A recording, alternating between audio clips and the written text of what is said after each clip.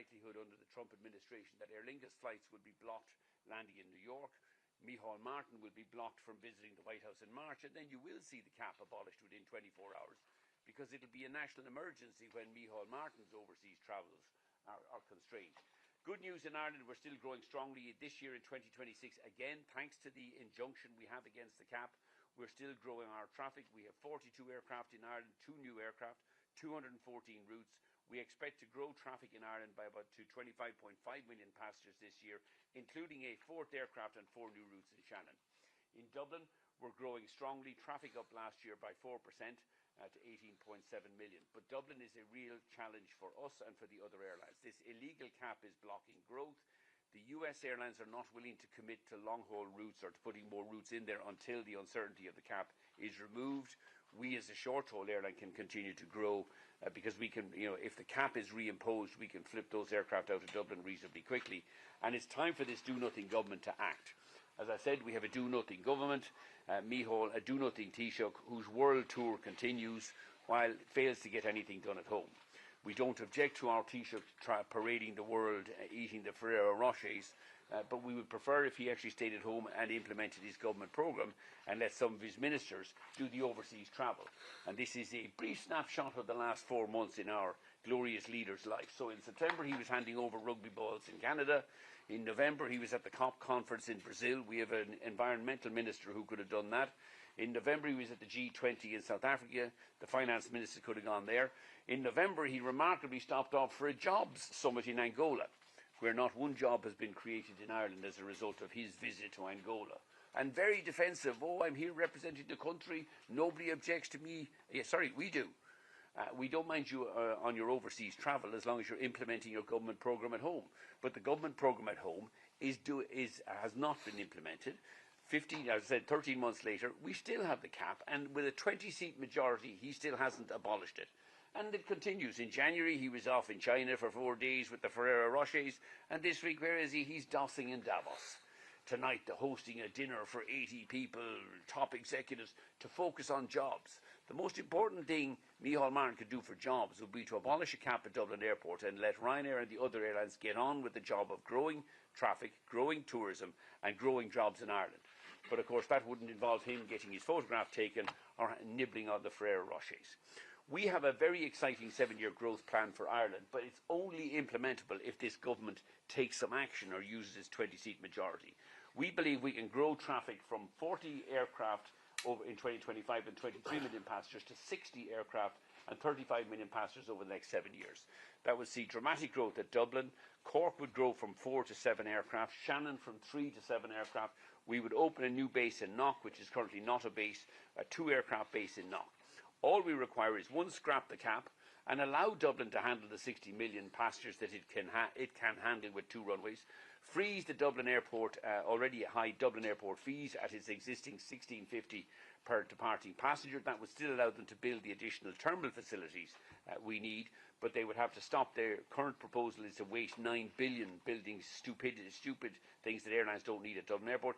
And much more importantly, at EU, focusing on the Draghi report, we need to bring ETS, which is the environmental taxation system in Europe, into line, or a level playing field.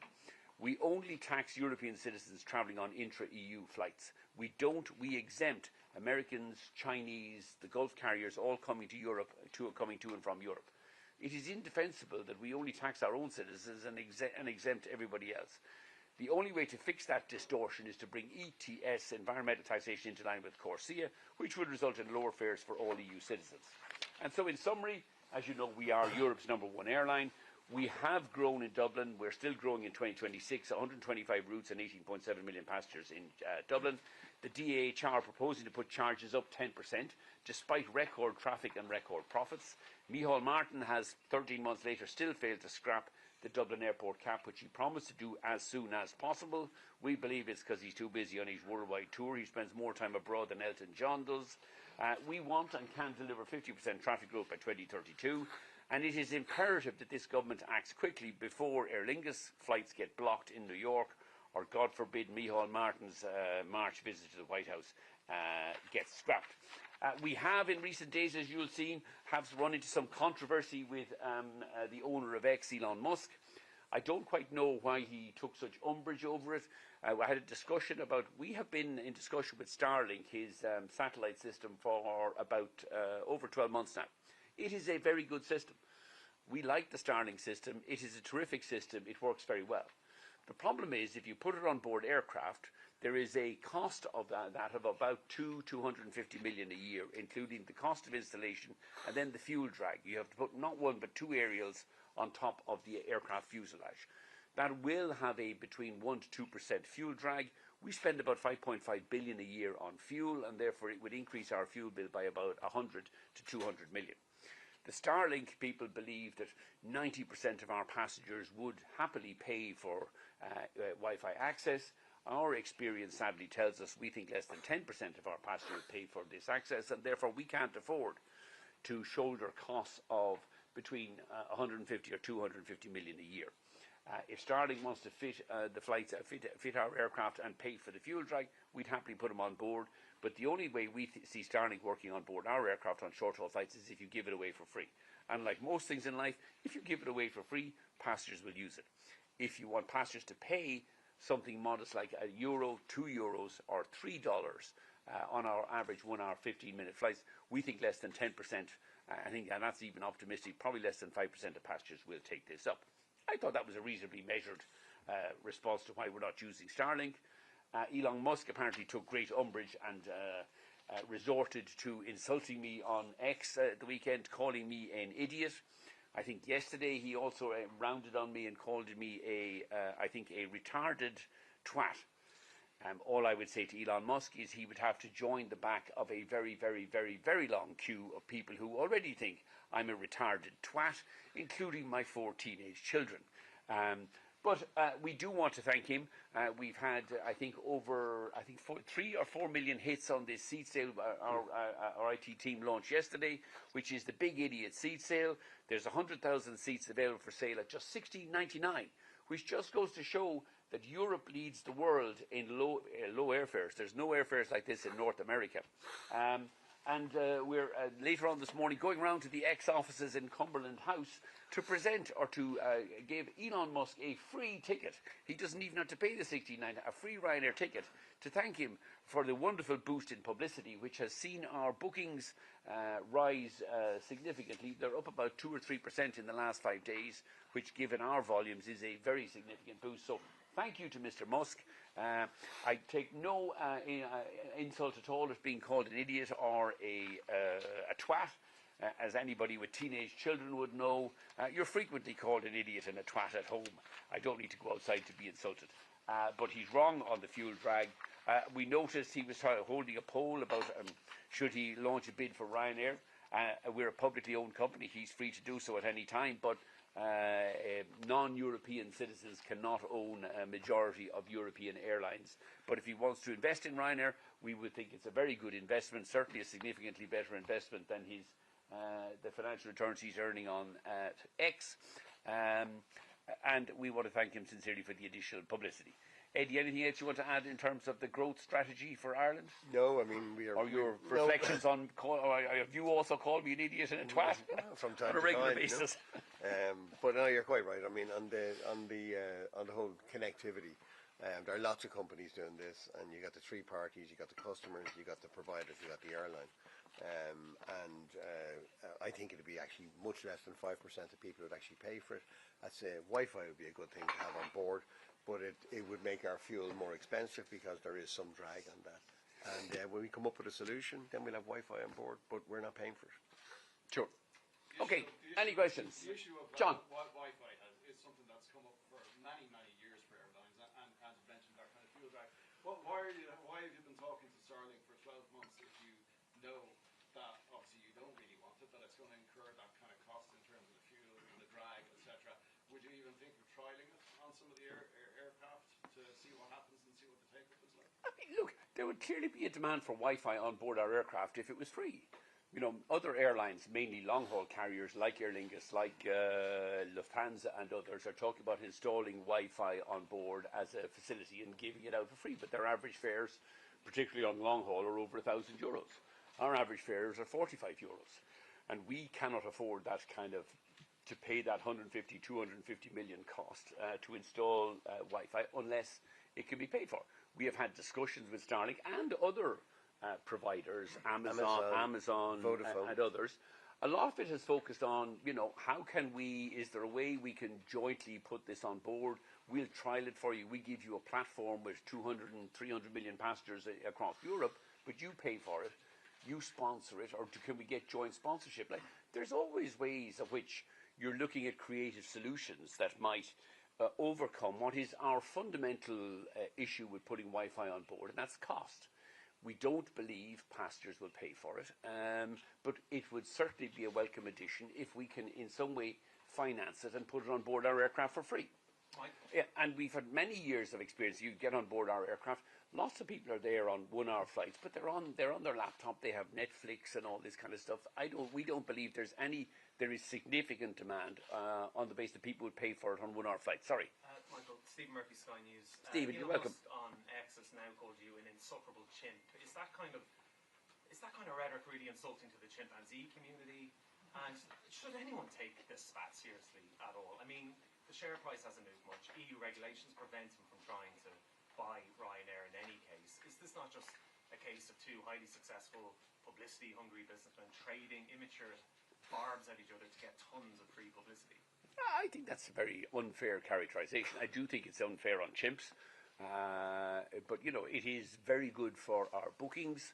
And if we can prolong these we love these PR spats that drive bookings on Ryanair. I'm sure it does wonders for Elon Musk and his X or whatever subscribers he has on X as well to be fighting with somebody. But if it's as long as it doesn't involve safety, and we've never compromised on safety, any of these spats are great for bookings and great for awareness all over Europe. But he's putting humanity on Mars, and you're saying he doesn't know anything about aerodynamics. Well, I mean, that's pretty self-evident. His claim is that there is no aerodynamic drag by putting aerials on top of, which comes as a great surprise to both Boeing and Airbus, who have spent literally 100 years refining the aerodynamics of aircraft. I mean, we're fitting little winglets on the side of our, scimitar winglets on the side of the wings of our aircraft at a cost of, a couple of $100,000. But they save about 2 or 3%. They improve. So tiny little amounts of improvements in fuel drag result in very significant fuel savings. But tiny impediments like aerials hanging off aircraft would add to costs. But we're very happy to continue the controversy. I welcome the accusation that I'm a chimp. I think it's somewhat unfair on the chimp community, but chimp, as long as it increases Ryanair bookings through January, February and March, it's all good fun and entertainment. Yes, sir. You described X as a cesspit. Yes. In style of Elon Musk, do you think X would be less of a cesspit if it was led by somebody called Ryan? And who would your preference of Ryan's be? Look, I mean, I have very little time. I do believe social media, X in particular, is a cesspit. I'm not a member, never subscribed, don't participate in it. But I find my personal objection to social media is anonymity. I mean, we have numerous examples of, people being, Simon Harris's family being threatened anonymously on these things. And you go through enormous. I fail to understand why, if you want to put something up on social media, put it up under your own name. And I hear this nonsense defense. Oh, in Iran, they go, well, not in America, not in Europe. Your freedom of speech is protected in the US and in Europe. And I fundamentally disagree. I believe that governments should now legislate, both in Europe and in the US, to remove anonymity. Post away to your heart's content, but put it out under your own name. And if you want to slag off politicians, or if you want to make false claims about safety, I mean, we had this originally earlier on back in the website days. People were posting stuff on anonymous websites claiming that Ryanair was unsafe, and he was a pilot at 23. We went through the Californian courts and found out eventually it was some 17-year-old in Navan sitting in his PJs, making up this stuff. So I would just remove anonymity, and people have freedom of speech, but you have to be responsible for what you say. And I fail to understand why you have things like X, and it's not the only social media which protects anonymity, which gives all these keyboard warriors the right. And I think the most recent controversy with Grok, undressing children or undressing women, is frankly offensive. I don't understand why governments don't make it illegal. That's nothing to do with freedom of speech. Women and children, and the occasional man, I presume as well, should be protected from not having your images nudified. There's enough porn out there for those who want to watch porn.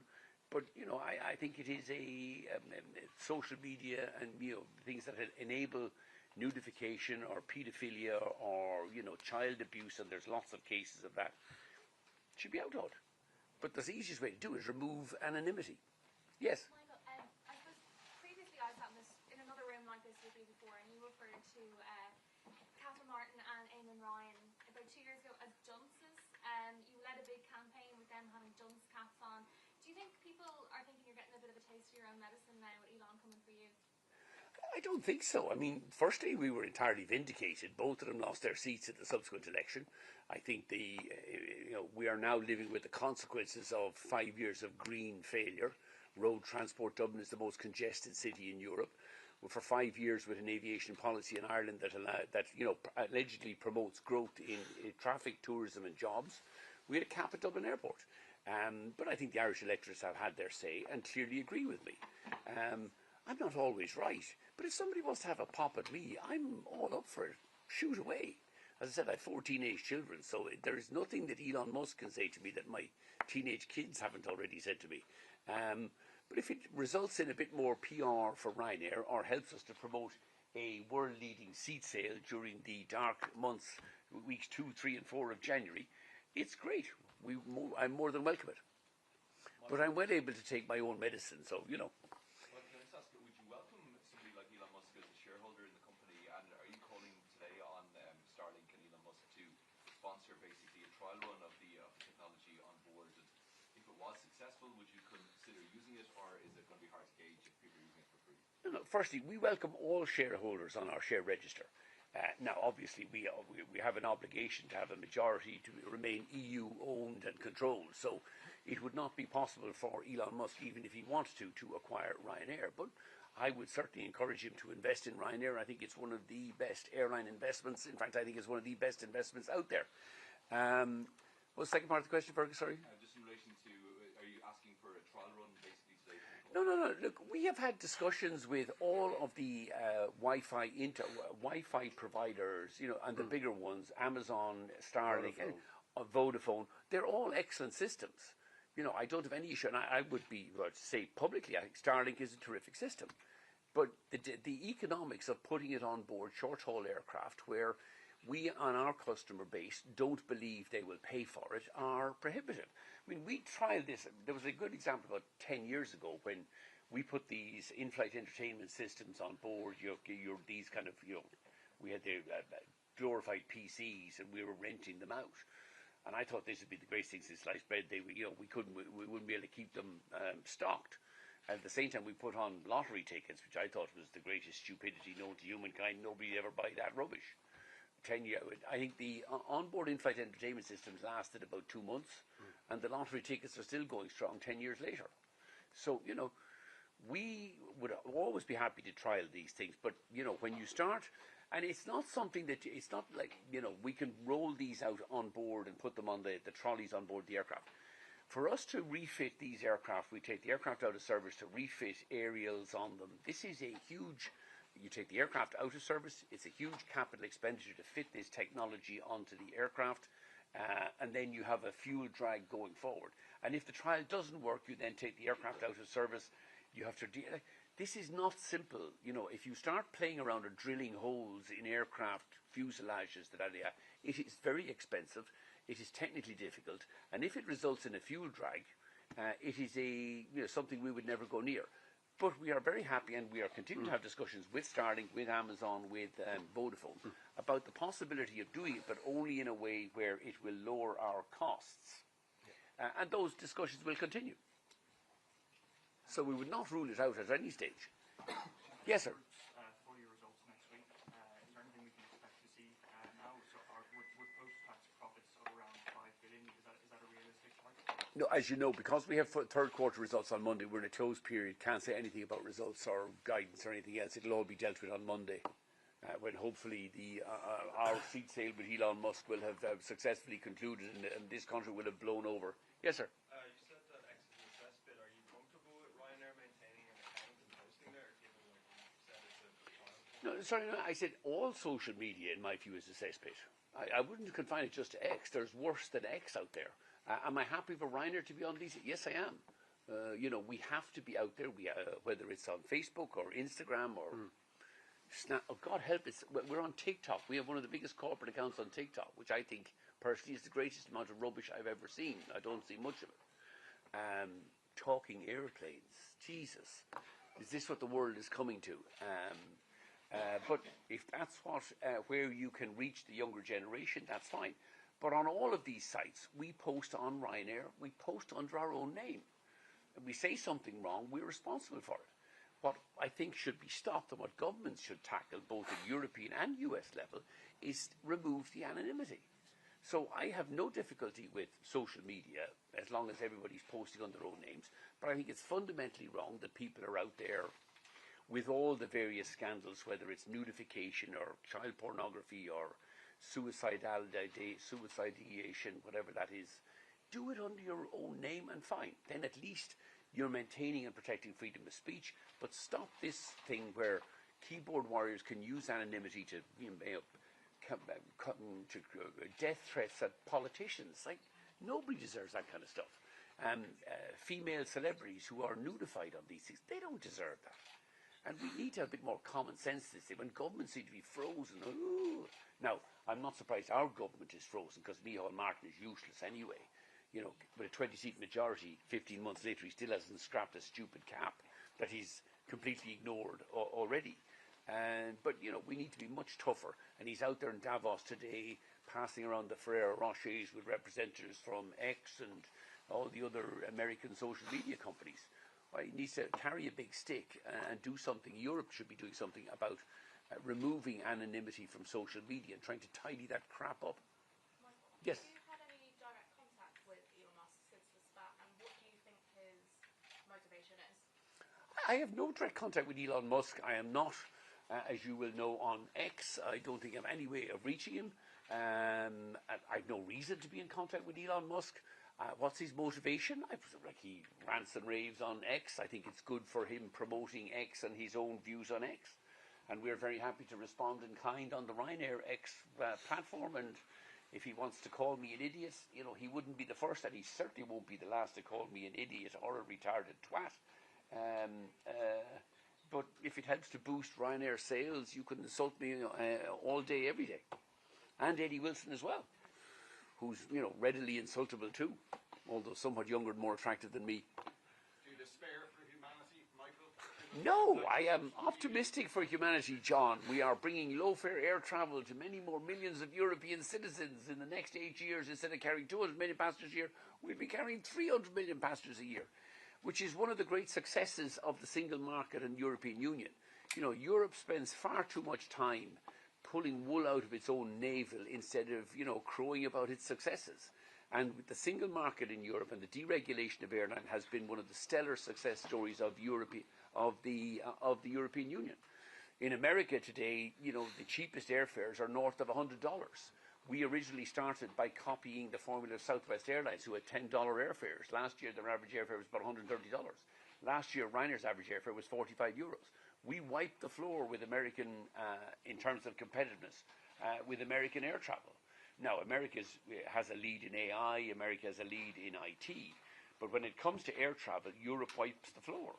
But that doesn't mean that Ursula von der Leyen, shouldn't be doing something on reforming ATC, a level playing field on environmental taxation. As the Draghi report highlighted, there is much to be done, but she's not much use either. So we will continue to campaign for further reform. But no, I look forward with nothing but enthusiasm for humanity and the human race if we could just move the kids a little bit more off social media. But they will adapt to that. I remember when I was young here in the late 60s, early 70s, and we used to watch, I think, about 3 hours of television in the evening. RT would come on at about 6 o'clock, one station, black and white, and we'd watch Wanderly Wagon and a few other programs, and the kids, my grandparents thought, your heads will be fried, oh, you're watching too much television, you know. Now you have 24-hour television, and the kids are on wall-to-wall social media. Do you think we should follow Australia's route and try and ban it for I think anybody trying to ban social media to under 16s is wasting your time. You may as well be, I can't remember what it was, trying to stop the tide coming in. You know, 16-year-old kids, 14-year-old kids will wind their way around a ban faster than Ryanair seats are selling out today on today's seat sale. You know, the politicians in their 40s and 50s imposing bans on under 16-year-olds will be, in relation to phone access or social media, will be hopelessly ineffective. I do believe, however, that one of the ways, rather than trying to ban something, if you really want to ban something, ban anonymity on social media. Force people, and all of the internet companies know who's posting, but they should be posting under whatever it is, their own name or their own account names, and it would clean up a lot of the crap on social media. Yes, Connor, sorry, I didn't come back to you. Connor.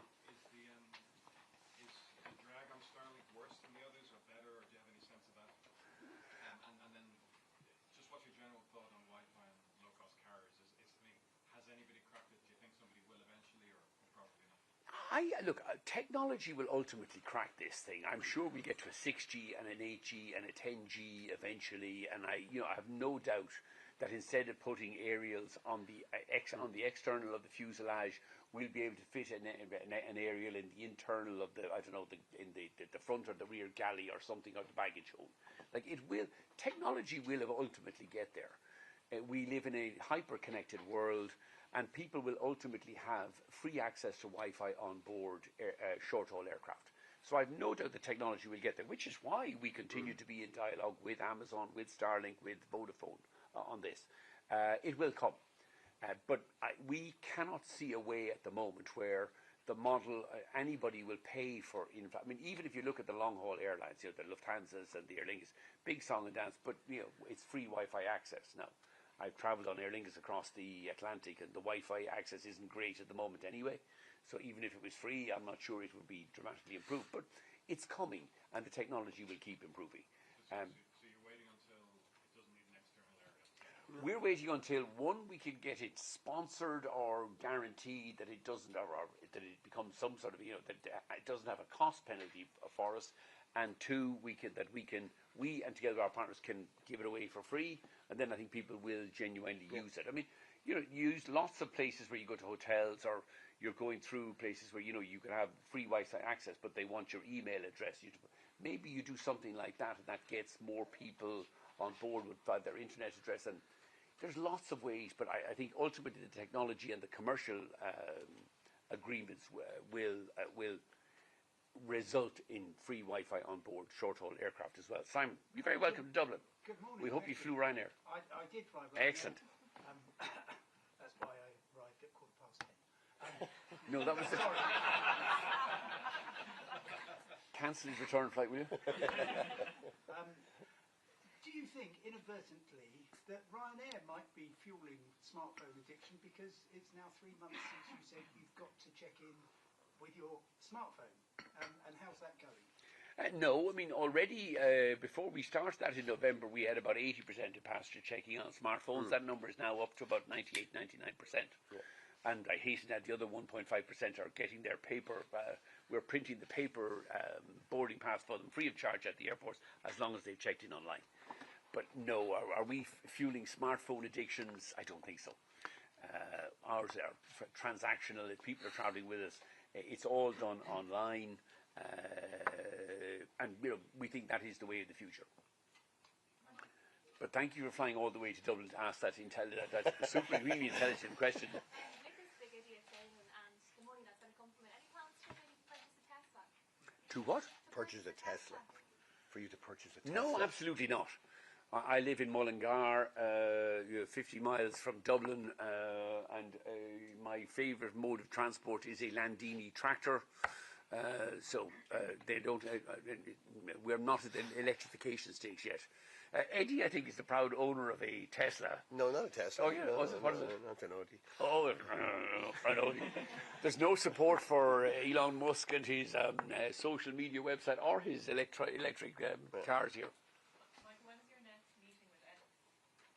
What? Do you have a meeting with X at all? I've never had a meeting. I don't think we've ever had a meeting with X. I mean, we have meetings with Starlink on fitting the aircraft with Wi-Fi.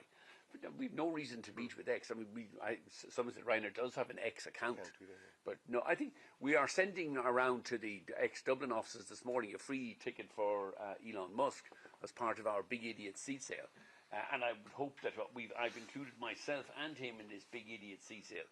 I suspect he's a bigger idiot than me, but nevertheless, he probably thinks I'm a bigger idiot than him. Are you going to the X offices today? No, I have an airline to run.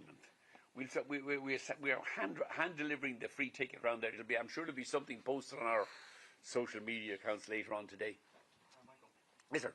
what do you make of the handling of the Kenny Jacobs situation? Of the who? Kenny Jacobs. Yeah, I don't know the detail of it, and I'm not in a position to comment really. All I would say is, it seems clear that Kenny's error appears to be that he's upset some people in Fingal County Council and some bureaucrats in the Department of Transport. And I think every one of us on a daily basis should get up and say that the first thing we will do today is to upset people working for county councils and certainly useless bureaucrats in the Department of Transport. I imagine that if he is replaced, the job description for the next leader of Dublin Airport will be, please don't upset Fingal County Council, or they might write to the Department of Transport and complain about you. I mean, we have much bigger issues to frown. I don't think he's done a particularly good job at Dublin Airport. He championed this ludicrous tunnel, 220 million, a tunnel under the taxiway, out to nowhere. It's a tunnel to take people out to where the cargo aircraft are. Now, the parcels don't need tunnels. They can drive around the outside of the aircraft. But it is more of the kind of gold plating. They want to waste this kind of money so that the regulator will give them more further increases in fees. And we live on an island on the periphery of Europe. It is vital that Ireland continues to provide efficient facilities and low fare access on and off this island. Now that we finally got rid of the green lunatics, the idea that we're all going to be cycling to Brussels, or like some of the famous Green MEPs getting trains to the UK and boats to the... we don't have time to... Green MEPs may have 3 days to waste getting to Brussels, but the rest of the world doesn't. I think the situation is I regret the situation he personally finds himself in. I think it's a bit of a mess, but it seems to be a mess that is caused by criticising those in Fingal County Council, who are presiding over this stupid and illegal cap. And I think the much greater danger for Ireland is that, if Aer Lingus flights could well be blocked from landing in New York. Micheál Martin might well be blocked from going to the White House in March, and then you'll see this legislation passed within 24 hours. But for 13 months, Micheál Martin, and it's in the programme for government, we will scrap this cap, quote, as soon as possible. 13 months ago, with a 20-seat majority. And it's not like they've been busy passing other legislation last year. This government does very little, but it's led by somebody who spends far too much time being wheeled around abroad, meeting global leaders, instead of which would be fine as long as you were having a cabinet meeting here at 8:30 on a Monday morning and getting stuff done. He wanders in at about 11 o'clock on a Tuesday and then disappears to Davos for a couple of days. Michael, if Ireland qualify for the World Cup next year, will Ryanair consider putting on long-haul flights right down to the States and Mexico? There are very few things on which I can be truly certain about, but one, we won't be putting on flights to the US, and two, I'm fairly sure Ireland won't qualify for the World Cup anyway. Which is why I urge everybody, keep booking this year. Everybody should be booking your short-haul holidays to Europe in June and July, because don't worry, Ireland won't be in the World Cup. Do you think there will be a trade war between the US and the EU somewhere? And if so, how do you think that will affect pricing coming into the summer period? I mean, honestly, none of us know. But I think it is time for Europe to stand up to the US. I think, if Trump threatens Europe with tariffs, Europe should respond in like measure. And Trump will chicken out, tackle. He generally does. Europe is a big, wealthy economy with the second largest trading bloc in the world after the US economy, and Europe needs to get its act together. How do I think it would affect our business? Who knows? And I certainly don't know. But I don't think a trade war would last very long, given the amount of American businesses that are based here in Europe, given the amount that Europe imports from America and vice versa. But, we have to have a more belligerent foreign policy towards certainly the Trump administration, and we would hope that eventually common sense will prevail. I mean, I think if you look at Trump, he is, at the end of the day, is interested in doing business. He certainly has midterm elections coming in November. He certainly wants the US economy to be doing well, and I don't think Trump, 8 months out from midterm elections, can afford to have a trade war with Europe. But, it is absolutely imperative. I mean, we have all grown up in the 80 years post the Second World War, where, thanks to NATO, and certainly thanks to free trade, the world is a much wealthier place. And, we should continue that. As a big importer of American aircraft, we are the largest investor in American aircraft outside of North America. We own a fleet of 630 Boeing aircraft. We've ordered another 300. They make great aircraft. I am a huge supporter of America. It has done wonders for free trade. It has done wonders for the promotion of democracy. And these things will pass. But, Europe does need to get its act together. And if Trump wants to have a row with Europe, well, let's have a row right back. So you're confident Boeing would eat the tariffs? Pardon me? Are you confident that Boeing would eat any tariffs? I'm not. But again, none of us know. But certainly during the last, generally speaking, aviation, aircraft and engines have been excluded from most previous tariff instruments. The Europeans are big importers of Boeing aircraft. The American airlines, particularly on the long-haul side, are big importers of Airbus aircraft. So, if you look at the number of jobs in America, Boeing, GE, the engine side, huge numbers of American jobs depend on aviation exports. Aircraft and engine exports are one of the biggest manufacturing exports in the US, and similarly here in Europe into the US as well. So I would hope, from a selfish point of view, that if there is that there won't be a tariff trade war, but if there is a trade war, that aircraft and engines will be exempt. But we take delivery of our last 4 aircraft from Boeing in February, and then we don't have another aircraft delivery until spring of 2027, when hopefully we get the first of the great new MAX 10 aircraft.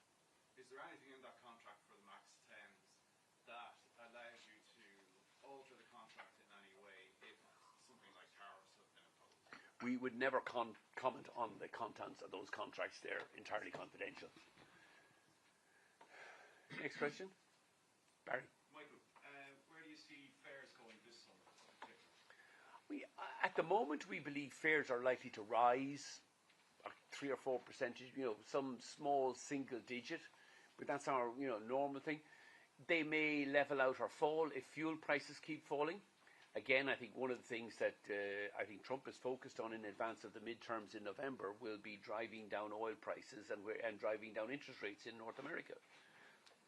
Thus, you have the row with the Federal Reserve, and certainly every attempt there with the removal of the Venezuelan president to boost oil supply and maybe drive down gas prices. But, that's me merely speculating. If oil prices fall or continue to fall, and there is generally an expectation that of a supply glut this year, then I think a lot of those oil price savings will be passed on in the form of lower fares. But it's hard to tell. The overriding kind of dynamic in Europe at the moment is constrained supply of aircraft, constrained seat supply. Even we this year can only grow, and we're taking 29 aircraft from Boeing this year. We're only going to grow our seat supply by about 3%. So it is very tight. You have most of Europe's Airbus are still going through the Pratt & Whitney engine repairs. So there's very little capacity out there, which is why, again, we urge the Irish government, when drag Micheál Martin back from Davos today, kicking and screaming, and tell them to pass the legislation so that with that spare capacity, we can actually put some growth continue to grow here in Ireland, and continue to grow in Europe. We've been talking about these capacity limits out there and the fact that they're pushing up fares for about half a decade. When do you see I know, about 2 years. Jesus, Barry, we've had COVID and a war in Ukraine. Yeah. Book earlier. There's available at $16.99 as we speak today, but clearly you're not an idiot. You wouldn't qualify for this seat sale. When do you see the capacity constraints easing? I mean, there is all of the indicators at the moment is there will be no easing in capacity or a kind of upturn in capacity above kind of GDP growth before 2030. Both Boeing and Airbus are hugely backlogged on deliveries. And Boeing still has to get the MAX 7 and the MAX 10 certified. They're pretty confident they'll get it certified later this year. And even if they do start those deliveries, with the exception of Ryanair, no other European airline has any significant aircraft orders between now and 2030. Wizz had, but they've delayed and deferred most of them, probably because they can't afford to buy them or they've nowhere to fly them. But there's very little capacity, and if there's a backlog of orders,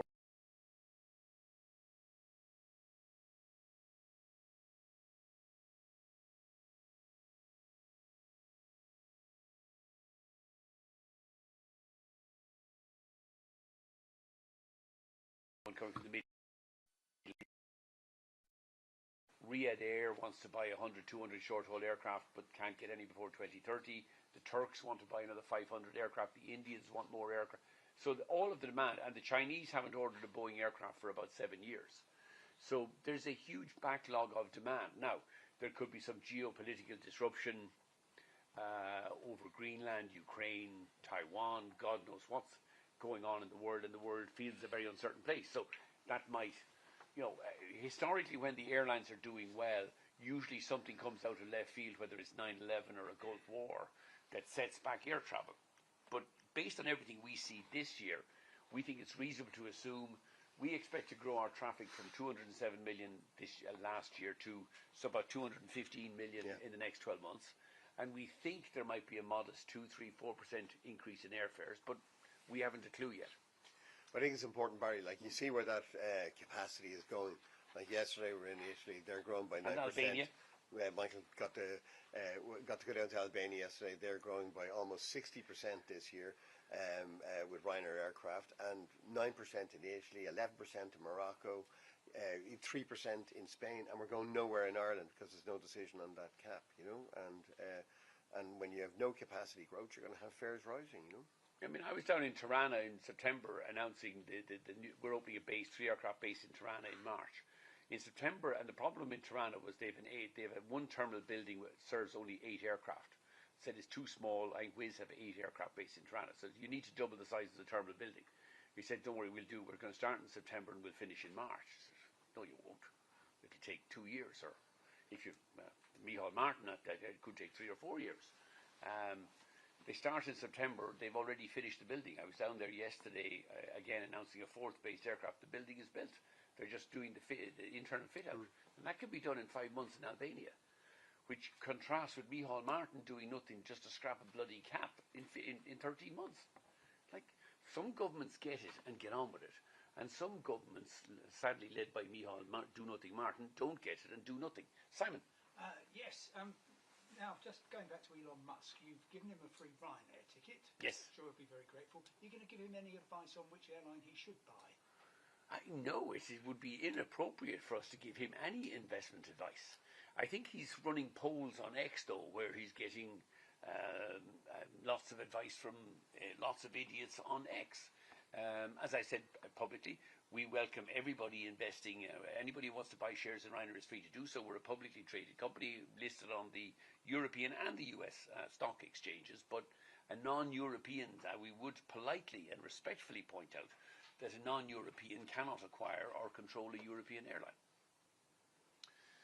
Any else? Michael, John. You've spoken to COMAC before, and given the geopolitical environment and whether that persists for however long that persists, does it get you to thinking at all strategically about, where you need to position yourself in terms of future aircraft orders and possibly reducing your reliance on Boeing if the environment we're in continues and we end up having, longer term tariffs or whatever? Would you align yourself more closely maybe with COMAC and see what they're doing? Would you be interested in placing an order with them? mean, look, we have previously talked to we signed a design agreement with Comac back around 2014, 2015. The problem and the challenge for Comac is they're producing very few aircraft. Like Boeing is now Boeing are rumoured yesterday to be launching a production line for 737s up in Everett. They've only ever made them in Renton. And that would increase Boeing's monthly production from about 43 aircraft to about 65 aircraft. So Comac last year, I think, built about 60 aircraft in the whole year. And the problem is the more Comac grows, and Comac is doing what the Chinese have always done. They're basically sub-assembling an A320. All of the avionics, all of the engines, all of the really complicated parts are all European. So it's GE engines or Senecma engines. It is Honeywell avionics. It's Collins avionics. So the faster or the more Comac grows its production capacity, the more they draw from the already constrained supply chains for Airbus aircraft here in the US and in America, and in US and Europe. So Comac is not going to come to anybody's rescue before certainly the early or mid-2030s. The aircraft they're making at the moment is only 180 seats, so it's too small for us. I have no doubt, we're placing aircraft orders here. We ordered 300 Boeing MAX 10 aircraft back during COVID. Those deliveries are due to come to us from 2027 to 2034. So we are the best positioned airline in the world for controlled capacity growth and growth of low-fare air traffic for the next decade. Now, there is still an issue with Boeing still needs to get those aircraft certified and delivered, but they're pretty confident, and I think under the new management, certainly led by Stephanie Pope and Kelly Ortenberg, I think Boeing are doing very impressive things in turning the business around. But even if I didn't want to order Boeing, if I went to Airbus today and said, your aircraft are more expensive, but I want to order 100 which I would like to do for the Laudamotion fleet. We have 30 A320s in Laudamotion, but they're coming up to the end of their lease in 28 and 29. Airbus cannot deliver me a narrow-body aircraft or an A320 or 321 until about 2032 or 2033. So there's no aircraft available. So thinking strategically, we're in a very fortunate position to be able to have controlled growth out to 2034. We would certainly need to do another aircraft order in the early 2030s, but the chances of there not being some unforeseen downturn in aviation or some unforeseen downturn in the world between now and 2030, the early 2030s, are, I think, zero. Because there's always some catastrophe visited on the airline industry every 3, 4, or 5 years. The last one was COVID. We emerged out of COVID, and then Putin illegally invaded Ukraine. Something that I disagree fundamentally with Trump on. I think Trump is right on NATO needing to increase spending. Trump is right on rowing back against environmental taxation. Trump is right on an awful lot of his economic policies, but he is historically wrong on Ukraine and not criticizing Russia, and he is historically wrong on tariffs. Tariffs have never succeeded. They have never worked, and they will never succeed or work because they increase inflation and the cost of living for ordinary people. So thinking strategically, we're about as well placed as any airline can be, and I would certainly hope that we will be able to pick from maybe 3 suppliers in the early 2030s, Boeing, Airbus or Comac, but we have to wait and see what happens between 2026 and 2030 first. Anybody else? Michael, is Trump right or wrong on Greenland? Trump is wrong on Greenland. I mean, I think the US has persuasive and real kind of defense concerns on Greenland. But if you have, I think they already reached agreement with Denmark and with Greenland after the Second World War. I think they had 12 or 15 military bases or air bases in Greenland. If you want to reopen those bases, I think you'd get nothing but support from NATO and from Denmark. But you can't in this world just go in and say, I want Greenland, give it to me. I mean, what would you then say to the Chinese if the Chinese want to go and invade Taiwan? What do you say? I mean, well, I think he's already historically wrong on Putin just pushes invades Ukraine in what is clearly an illegal invasion. And I think he is, historically wrong on that as well. But look, people also need to stand back. History has shown us you have American administrations. This administration will last for another 3 years. There will be midterm elections in the States at the end of this year. I have no idea what the outcome of those midterm elections. But if he loses the House or loses the Senate, there will be a dramatic change in US politics. And there will be another presidential election in 3 years' time. So there will be another US president. And I think Trump gets lots of things right, and he gets a number of things wrong. But that's democracy, and he was elected. And we, certainly in Europe, have to manage that relationship for the next 2 or 3 years. But where he's wrong, Europe should stand up as a strong trading bloc and tell him he's wrong. And stop trying to pander to him and invite him to dinner when, he wants to. I don't understand why he needs to own Greenland. It's certainly not for some defence or military reasons, because as a member of NATO, and Denmark is a member of NATO, I don't think Denmark or Greenland would have any issue if Trump wanted to reopen those bases in Greenland and invest in Greenland. But you don't need to own it for that. There's been woeful underinvestment in Ireland's military. Do you think there should be significantly more spent on Ireland's military? Should Ireland consider rethinking its neutrality given what's going on in the world? I think Ireland has no option but to, Irish neutrality is a joke. Much beloved of the left-wing lunatics in this country. We are a defenceless island on the periphery of Europe. We are not able to protect either our skies or the seas off our coast. And I think Europe will be running out of patience with Ireland on this. I believe Ireland should be a member of NATO. I think Dev was historically wrong in the 1950s, when we should have joined NATO in 1945 and the late 1940s. We would have developed deep-sea submarine ports off the west coast of Ireland. NATO would have built about 25 airports across Ireland, and we would have far better infrastructure than we've managed on our own. But Dev made the chronic mistake I wanted to be isolationist. Isolationism has never worked. It didn't work in Ireland in the 50s and 60s, didn't work in North Korea. It didn't work in China in the 70s, 80s and 90s either. We live in a world where free trade works. Free trade reduces costs for consumers and increases the wealth of nations, and has done so since Adam Smith wrote his treatise in the 1850s. And Ireland needs to wise up. We need to generate much more revenue, and we do need to significantly increase our defence spending. And I would personally think Ireland should be a member of NATO. I don't know how you can be a member of the European Union and not be a member of NATO, because either we're going to support Europe when it's under threat, as it is currently in Ukraine. If Putin decides he's going to invade the Baltic states or Finland or Poland, what are we going to do? Oh, sorry, we're neutral. We have to come to the aid and support of our European allies, as we should come to the aid and support of our American allies. I have no difficulty with the left-wing loonies whinging about us using Shannon Airport. Shannon Airport benefits significantly from US military, or the US military using Shannon as a stopover point for its troops, etc. And we should encourage that. And anything that annoys the loony left in this country should be actively encouraged.